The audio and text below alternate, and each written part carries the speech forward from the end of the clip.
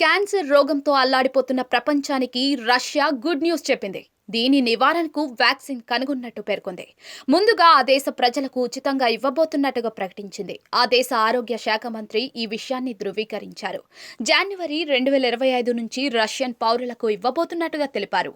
Russian ప్రభుత్వ యాజమాన్యంలోని వార్తా సంస్థ TASS ప్రకారం radiology medical research centre general director Andrey Kaprin ఈ టీకా గురించి చెప్పారు. మాస్కోలోని Gamaleya national research centre for epidemiology and microbiology director Alexander Gintsburg గతంలో TASSతో మాట్లాడుతూ క్యాన్సర్ పెరుగుదలను వ్యాక్సిన్ ఆపగలదని చెప్పారు. క్యాన్సర్ వ్యాప్తి చెందకుండా నిరోధించగలదని చెప్పారు. వ్యాక్సిన్ను క్యాన్సర్ను నివారించడానికి సాధారణ ప్రజలకు ఇవ్వకుండా క్యాన్సర్ రోగులకు చికిత్స చేయడానికి ఉపయోగిస్తామన్నారు.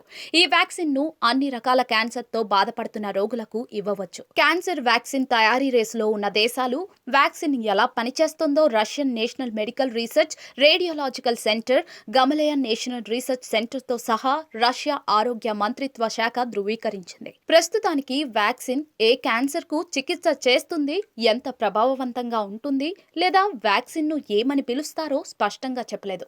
క్యాన్సర్ పని పట్టేందుకు శాస్త్రీయంగా వ్యాక్సిన్ అభివృద్ధి సాధ్యమే అంటున్నారు శాస్త్రవేత్తలు. చాలా దేశాలు ఈ పరిశోధనల్లో మునిగి ఉన్నాయి. కానీ రష్యా అందరికంటే ఓ ముందడుగు వేసింది. క్యాన్సర్ చికిత్సలను అభివృద్ధి చేయడానికి జర్మన్ బయోటెక్నాలజీ కంపెనీతో 2023లో UK ప్రభుత్వం ఒప్పందం చేసుకుంది. ఫార్మాస్యూటికల్ కంపెనీలు మోడర్నా, మెర్క్ అండ్ కో చర్మ క్యాన్సర్ వ్యాక్సిన్ పై పరిశోధనలు చేస్తోంది. గర్భాశయ క్యాన్సర్ను నిరోధించడంలో సహాయపడే హ్యూమన్ పాపిల్లోమా వైరస్ కి వ్యతిరేకంగా వ్యాక్సిన్లు మార్కెట్లో ఉన్నాయి.